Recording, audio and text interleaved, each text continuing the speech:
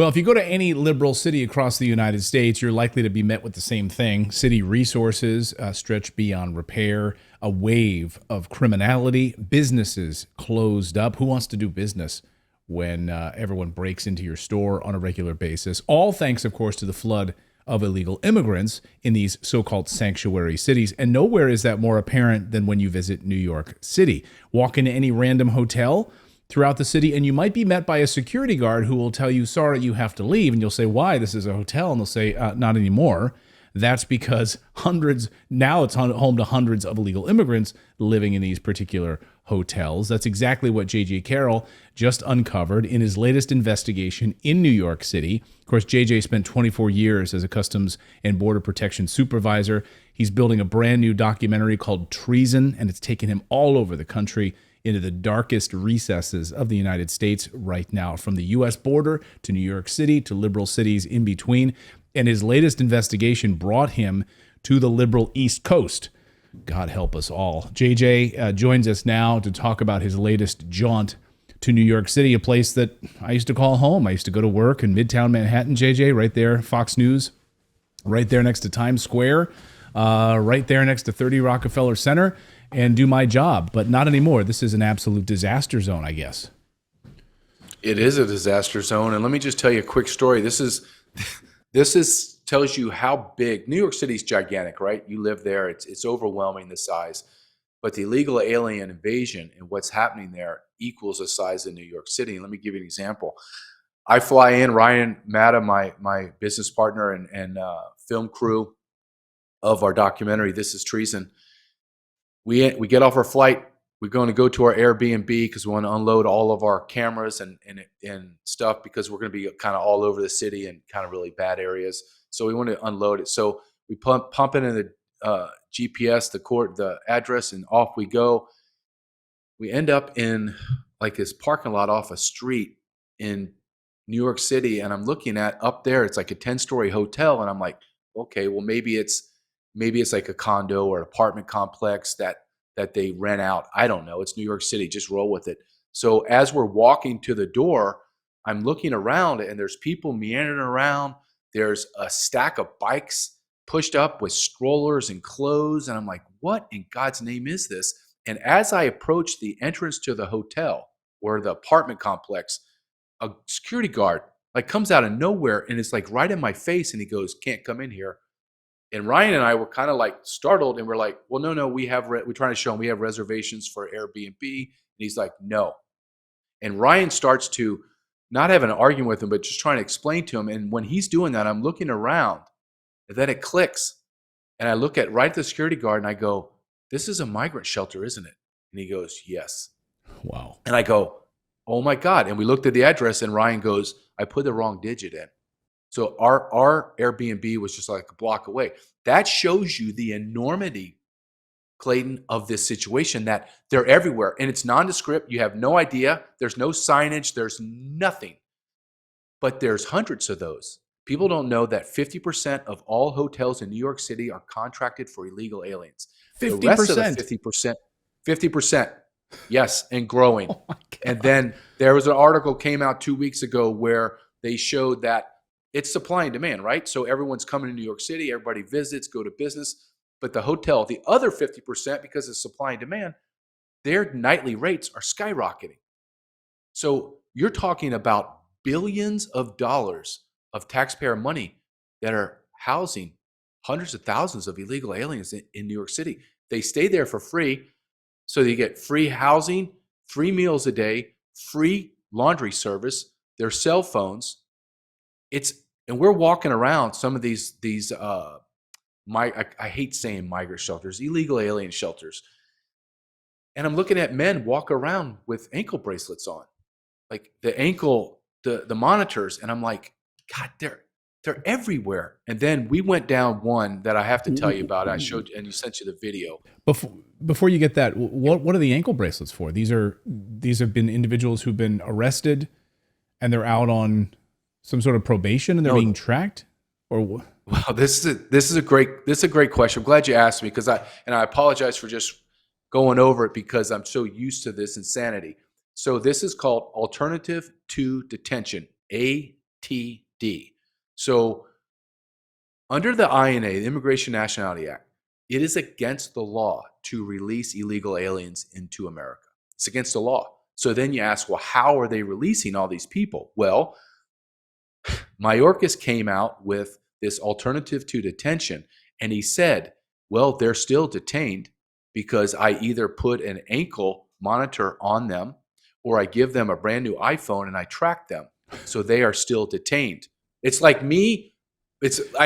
Clayton, I know you think I'm making this up. It's crazy. I wrote it in my book because it's so insane. So I rob a bank and the judge says, JJ, you're going to go to jail for 8 years in San Quentin. Oh, dear God, 8 years. Don't worry. I'm going to put an ankle monitor on you and you're still detained. You just go wherever you want in America, but you just have to check in every now and then. Holy cow, yeah, I'll do that. So when you see these people wearing these big bracelets, ankle monitors, understand that they're under this program and they have done studies, FOIA requests, where the people that are, this is a third party, monitors them. They're like, yeah, we have no idea where they are because they cut them off and they throw them away. Or they take the SIM cards out of their and they get new SIM cards and no one knows where anybody, it's all a lie. Basically what I'm telling you, it's all a lie. But they're all over New York City but they're all over America. There's millions of people. I mean, if you want to get into something that's crazy, I mean, it's Orwellian. We actually went to, they call these places re-ticketing centers. Have you heard this? No. So re-ticketing means, so you had DeSantis and Abbott flying illegal aliens or busing them into New York. The liberal left goes crazy and says that's racist and that's terrible. Well, actually, New York City now is flying people out of New York City and paying for it. And it's called a re-ticketing center. So if I'm illegal alien, I come into the center and I say, I want to go to Hawaii. I want to go to Brazil. I want to go wherever.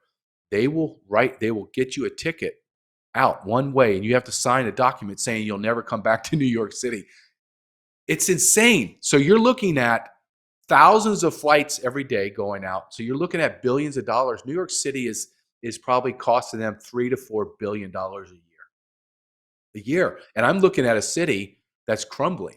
Like I drove around and I'm like, well, $1 billion here and $1 billion there would make a difference. No. Give it to all the illegal aliens. Give it all to them. It's unbelievable. And I interrupted you. You were describing seeing really a disastrous part of New York City as you were driving around. Can you explain that before I interrupted you? Oh yeah, it's a place called Hall Street, and it's another nondescript illegal alien holding facility. And the way that you know that you're approaching one of these places is out of nowhere. You know, you've lived in New York City, it's bustling. People are moving, right? And you gotta, if you're not moving, you're in the way. Not in these shelters, in these areas. So the moment you start to get near one of these, and they're nondescript, there's no markings, there's no nothing. All of a sudden, you begin to see hordes of men just hanging out doing nothing. Literally just sitting, and they take over the whole city block. So we're going down Hall Street, we turn, and even I'm riding with my co-host on my podcast, Brian O'Shea, former intel analyst embedded with special forces in Afghanistan, in the Middle East. Even he was like, oh my God, because we turned a corner and there's several hundred men dressed kind of like the way you see men dress in pictures in the continent of Africa and the Middle East, just sitting there roaming around the city block. No women, no children, all single adult military age men from continent of Africa, the Middle East and Haiti. And you're like, whoa, well, hold on. What just happened? Where did I end up? And I said, Brian, tell me about this neighborhood. He goes, well, right across the street, this is upper middle class. They're putting these men right in the upper middle class areas because they have to put them all over the city. They can't just squeeze them down into Queens or something like that. So you are having hundreds, if not 1,000 military-age adult males in one little small building, nondescript. So you just drive by. If you don't see them meandering around in hordes, you have no idea what's going on. None. They've hidden them in plain sight. And what I told Brian, and I told Ryan too, I said, you got to make sure this. I said, get this on camera because I need the audience to understand this. This is shocking to see, right? Just 200, 300 of these men. It's shocking, right? Because they're aggressive. They look angry. They look perturbed. I said, that's not concerning to me. Concerning to me is they represent millions. Tens of millions of those men are in our country. Not hundreds of thousands, which is already unnerving, but I'm telling you, millions. 30 million people have come into the United States of America under Joe Biden. Prior to that, 22 to 25. We're around 50, 52 million illegal aliens in America. I'm telling you, tens of millions are single adult military age men in America. Do the math, play it out, do some critical thinking. This does not end well. It just doesn't. Had you been to New York City a number of years ago and then came back now to see the difference? Have you seen a dramatic change at all in this city? Is it a totally different place now? It's a totally different place, but I'm going to give you a little. So I played on a football team that was made up of law enforcement officers, and we played other teams. So we played New York Police Department at Floyd Bennett Field. Mm-hmm. Okay. That didn't register to me until we went out to Floyd Bennett Field to look at the giant migrant center they created. So I'm driving there and I'm like, hey, wait a minute, Floyd Bennett, I've been here about 8 years ago.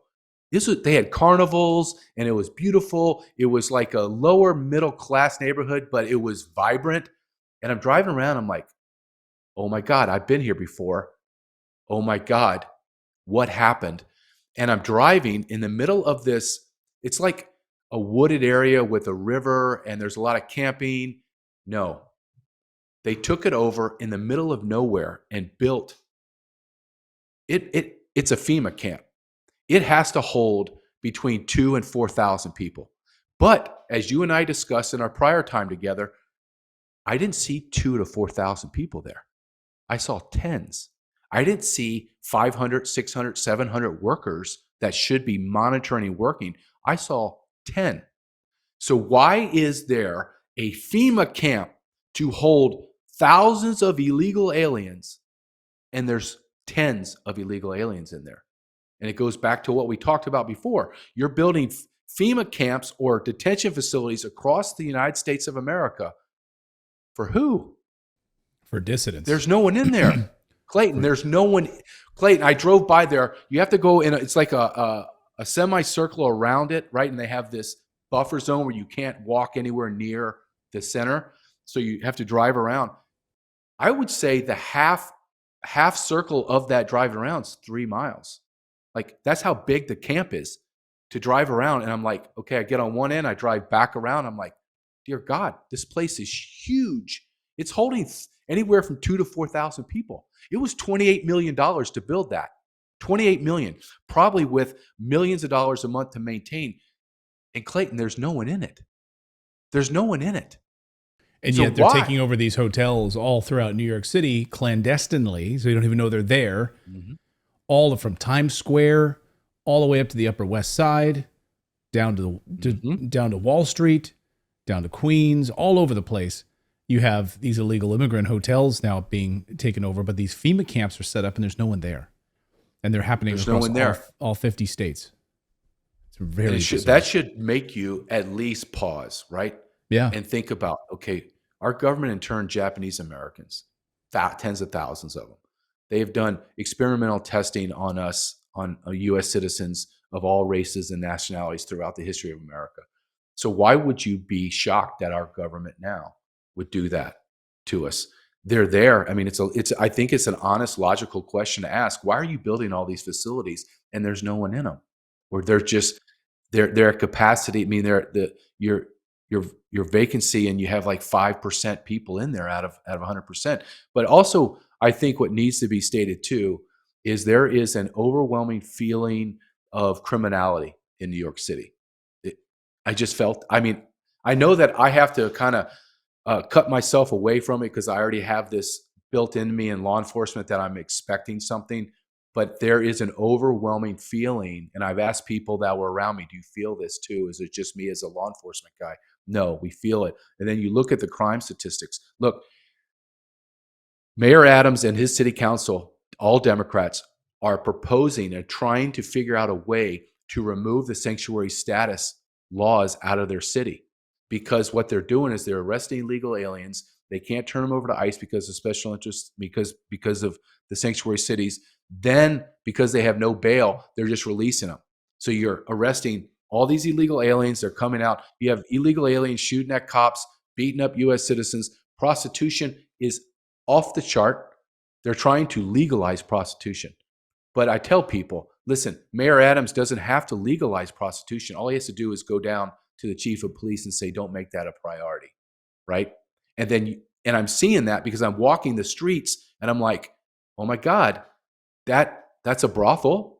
Everybody knows it is. If I can see it, I just got here. Everyone else knows it, but they do nothing about it.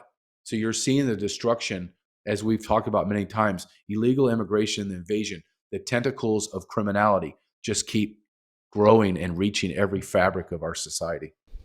All in these liberal cities, all in these sanctuary cities. And it sounds good on paper. You know, they love to promote this idea. But then once the chickens come home to roost, then you have this major problem. And you're seeing it in full effect right now. My guest has been JJ Carroll. Again, the documentary is called This Is Treason. Go to thisistreason.com if you want to pre-order the documentary. It comes out in September. And we're thrilled that JJ has been able to send us these different dispatches here on your journey. I know you're heading to Philadelphia, which my home city. I don't even want to see. I don't even want to talk to you about that mess. That's going to be a total disaster.